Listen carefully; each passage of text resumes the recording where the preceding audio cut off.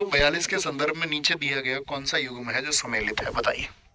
ऊषा मेहता गुप्त रेडियो प्रसारण, केटी भाष्यम स्वतंत्र स्थानीय सरकार चलाना, चित्तू पांडे मजदूर अशांति और मातंगनी हजारा पुलिस स्टेशन पर हमला। मैंने कहा ना मातंगनी पुलिस स्टेशन वहां पर, अब मिदनापुर पुलिस स्टेशन पर ये हमला करने जा रहे थे, तो ये ठीक हो गया और ये ठीक हो गया, ये गलत है।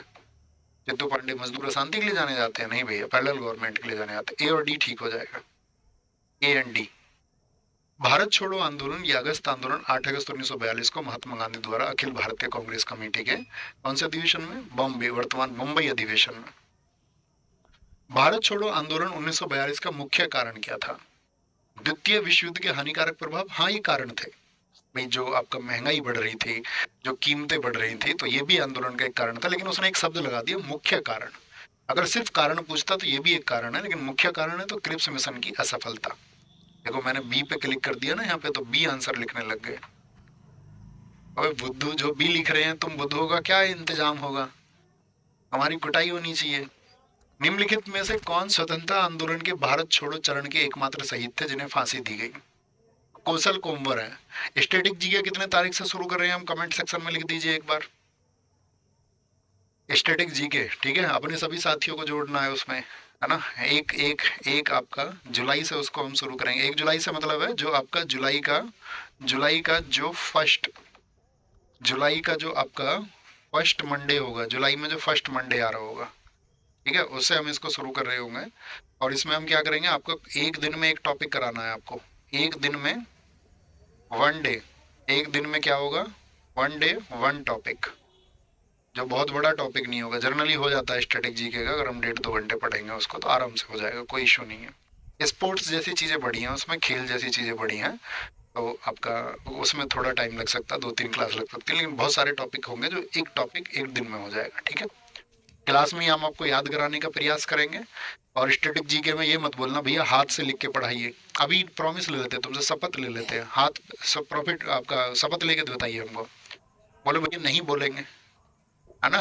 तो वहां पर आपको क्या है, हम टेलीग्राम है आपका, टेलीग्राम पर आपको पीडीएफ हम शेयर कर देंगे, एडवांस पीडीएफ शेयर कर देंगे। नोट्स आप अपने तरीके से बना लेना, नोट्स में कोई दिक्कत नहीं आएगी, कक्षा में आप अपना याद करने के लिए स्टैटिक जीके आपको क्लास में याद कराएंगे, क्लास में याद कराएंगे, ओके। क्लास में, क्योंकि स्टैटिक जीके क्या है, रटना है, वहां पर अपना स्वभाव भी बदल जाता है स्टैटिक जीके को पढ़ाते समय।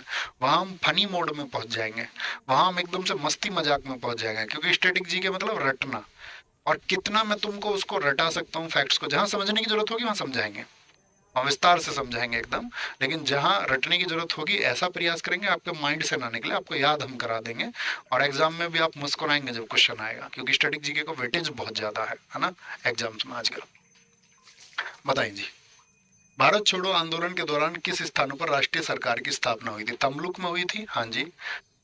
सतारा में, बलियाम सबसे पहले हुई थी, तो क्या बोल देंगे, 1 2 4, 1 2 का 4, 4 2 का 1, माई नेम इज नवीन। निम्नलिखित में से किस एक इतिहासकार ने भारत छोड़ो आंदोलन में एक स्वत प्रत्यत क्रांति कहा था? FG हचिंस ने कहा था कि यह आंदोलन खुद चलता रहेगा। आगा खां पैलेस कहाँ पर स्थित है भैया, हमने बताया ना आपको, महाराष्ट्र में स्थित है, महाराष्ट्र में। 9 अगस्त 1942 को अरुण आसफ अली ने कहां पर झंडा फहराया था? ग्वालियर टैंक मैदान, बॉम्बे में झंडा फहराया था।